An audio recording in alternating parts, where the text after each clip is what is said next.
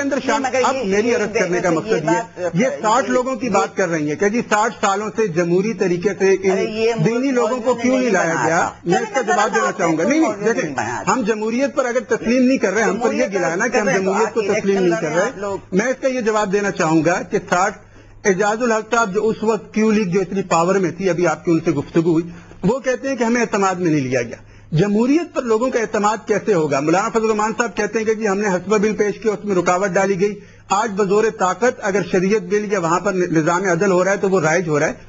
آپ جمہوریت کو بھی پھر جمہوریت کے طریقے سے چلے نا. یہ جمہوریت. چلے میں آپ سے ایک سمپل سا سوال پوچھتی ہوں کہ کیا اگر لیٹس اب ذرا فیوچر کا چانس لیتے ہیں نا, کیا حکومت اگر دوبارہ کوئی سخت گیر کارروائی کرتی ہے, کیونکہ آپ کی تو کوششیں اب دوبارہ رہیں گی جیسے مولانا عبدالعزیز صاحب نے بھی کہا, تو اگر کوئی سخت گیر کارروائی کرتی ہے حکومت تو کیا آپ اس کی دوبارہ مذمت کریں گے؟ دیکھیں حکومت پہلی بات تو یہ ہے کہ آئین اور قانون کے دائرے میں, آپ پوری بات کو مولانا کے کوٹ کریں. مولانا عبدالعزیز صاحب نے جو جملہ فرمایا وہ یہ ہے کہ ہم آئین اور قانون کے دائرے میں رہتے ہوئے اسلامی نظام کی کوشش کریں گے. تو مجھے یہ سمجھ نہیں آتا کہ اگر آئین اور قانون کے دائرے میں رہتے ہوئے ایک جماعت یا دینی حلقہ کوشش کرے گا تو اس کے خلاف حکومت کو کیا پڑی ہے. اگر آپ سب لوگ مل کر ایک کوشش شروع کر دیں تو وہ میں نہیں کہتا, ورنہ میں نہیں سمجھتا جیسا کچھ ہوگا. نذیر صاحب کی بھی بات سننی چاہیے. یہ ان کا جمہوری حق ہے, وہ جیسے چاہے جدوجہد کرے, وہ زیادہ سے زیادہ ووٹ بنائے, زیادہ سے زیادہ لوگوں کو اپنے حامی بنائے, یہ اس کی آزادی انہیں حاصل ہونا چاہیے.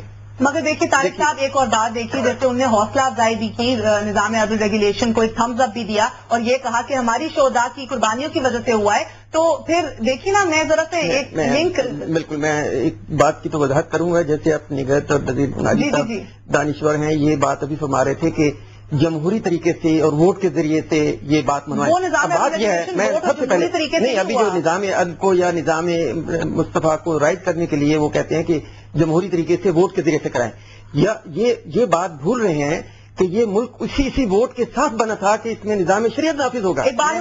نہیں, یہ بات سنیں. اچھا مجھے یہ بتائیں پاکستان کیا ہے. پاکستان کو انڈیا سے, پاکستان میں جتنے مسلمان ہیں اس سے زیادہ مسلمان انڈیا میں موجود ہیں, لیکن پاکستان بننے کا مقصد یہ تھا یہ دانش مانتے اپنے آپ کو. میں ان کے الفاظ بتاتا ہوں. قائد اعظم نے کہا تھا کہ جب پہلا ہندو مسلمان ہوا تو وہ پاکستان کی بنیاد ڈال گیا. اس نے بنیاد ڈالی پہلے ہندو نے, جب مسلمان بنا, جب اس نے اپنے تمام بت توڑ ڈالے, نبی پاک صلی اللہ علیہ وسلم کو آخری زمان نبی مان لیا اور اسلام کا نظام مان لیا, اور وہ اس وقت پاکستان کا وجود قائم ہو گیا. مارنے دل کھول کے ہنسی. مجھے ایک سیکنڈ دیجیے. اقبال حسین صاحب ہمارے ایک کالر ہیں, بڑی دیر سے لائن پہ ہیں. السلام علیکم اقبال صاحب, فرمائیے.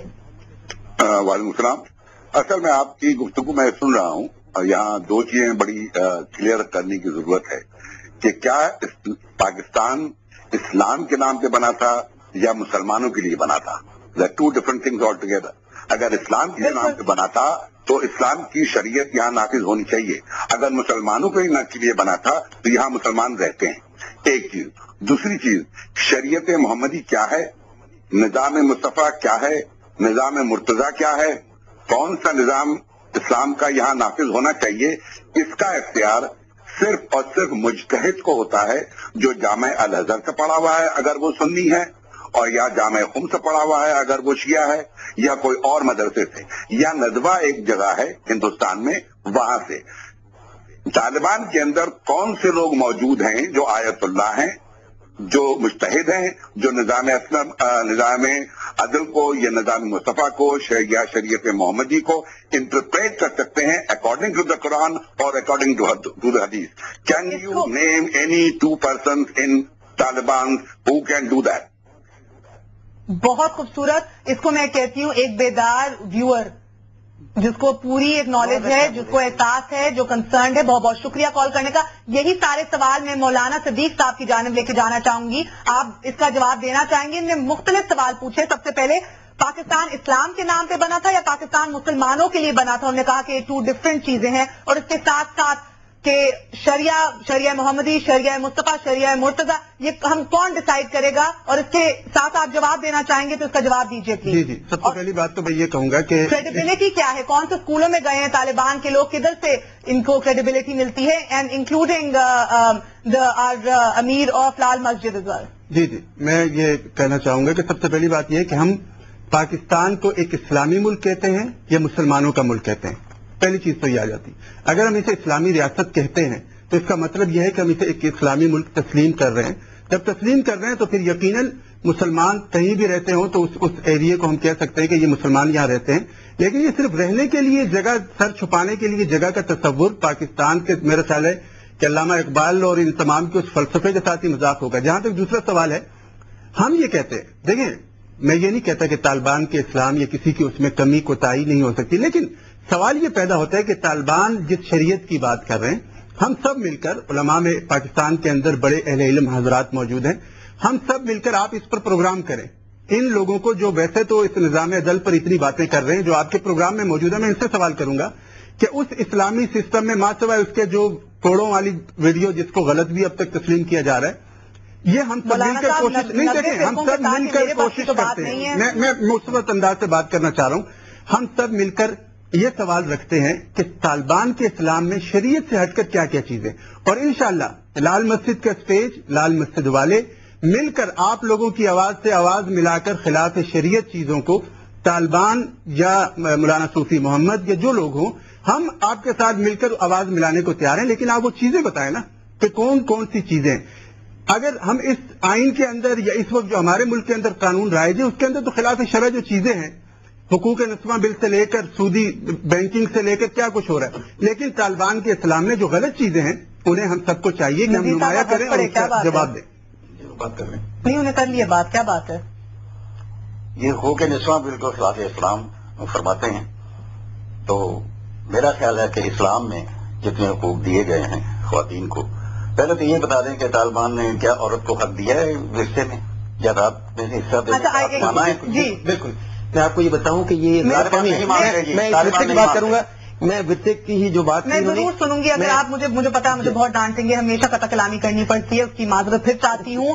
اور اگین چھوٹے سے وقفے پہ جانا پڑے گا، مگر واپس آ کے سوال یہ پھر سے اٹھایا جائے گا اگین اسلام کی بحث کے ساتھ ساتھ اسے چلاتے ہوئے کہ کیا یہ مذمت پچھلی دفعہ کی طرح مسلح بھی ہو سکتی ہے کہ نہیں، بیکاز بہت ضروری ہے ہم مستقبل کا بھی جائزہ لیں. آپ ہمارے ساتھ رہیے گا، we're going to be right back. کہ اب جو مولانا عبدالعزیز کو رہا کر دیا گیا ہے اور انہیں کہا ہے کہ وہ اپنی کوششیں جاری رکھیں گے اسی جمہوری نظام کے اندر، جیسے مولانا صدیق نے بھی واضح فرمایا. مگر دین اگین اگر اپوزیشن ہوئی کسی بھی سیگمنٹ آف سوسائٹی سے تو کیا یہ مذمت پچھلی دفعہ کی طرح مسلح ہو سکتی ہے یا نہیں، اس کا جواب لیں گے. مگر پہلے ہمارے ساتھ کالر ہیں، آئی بلیو اقبال حسین صاحب. اگین السلام علیکم. السلام علیکم، میں اقبال بول رہا ہوں، دوبارہ آپ کی خدمت میں حاضر ہوں. دیکھیے یہاں گفتگو ہو رہی ہے، وہ جو لال مسجد کے جو مولانا بیٹھے ہوئے ہیں اور وہ انٹرپریٹ کر رہے ہیں کہ اکارڈنگ ٹو طالبان یہ شریعت محمدی ہونی چاہیے، یہ نظام مصطفیٰ ہونا چاہیے.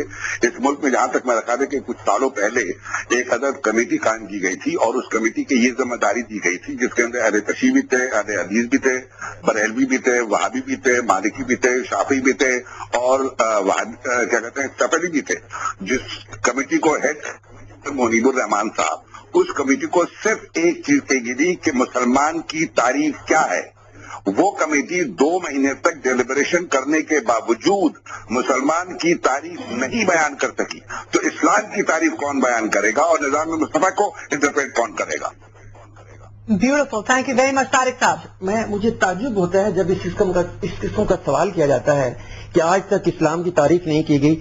میرا خیال ہے اس سوال کا جواب کلمہ طیبہ میں مکمل تاریخ میں وہی تاریخ بتاتا ہوں. یہ غلط بات ہے کہ یہ تعریف کرنا مشکل ہے. اس کی تعریف سمپل ایک کلمہ طیبہ کے اندر موجود ہے اور اس کی ایک لفظوں میں کہ اسلام کیا ہے، submission to God. Submission to God, submission to God کا یہی مطلب ہے کہ قرآن اور حدیث کی روشنی میں اسلامی نفاذ. اب بات یہ جو کرتے ہیں کہ مختلف اتنے فرقے ہیں، جیسے آپ نے فرمایا کہ 90 فرقے. میں آپ کو عرض کروں کہ میں لندن یونیورسٹی میں پروفیسر این جے کلسن کا شاگرد ہوں اور اس میں ہم نے اسلامک لا میں صرف 2 فرقے پڑھے ہیں، ایک سنی اور ایک شیعہ. اور سنی میں 4 اسکول آف تھاٹ ہیں، جیسے ابھی ایک بات صاحب فرما رہے تھے حنبلی، مالکی، شافعی، حنفی، اور ان کا بہت جامع جو ہے پورا شریعہ موجود ہے. سنی دیوبندی تو لال مسجد میں پڑھایا جا رہا ہے، اس کے اندر ان کے اندر کوئی اختلافات وہ زیادہ نہیں ہیں وہاں پہ. میں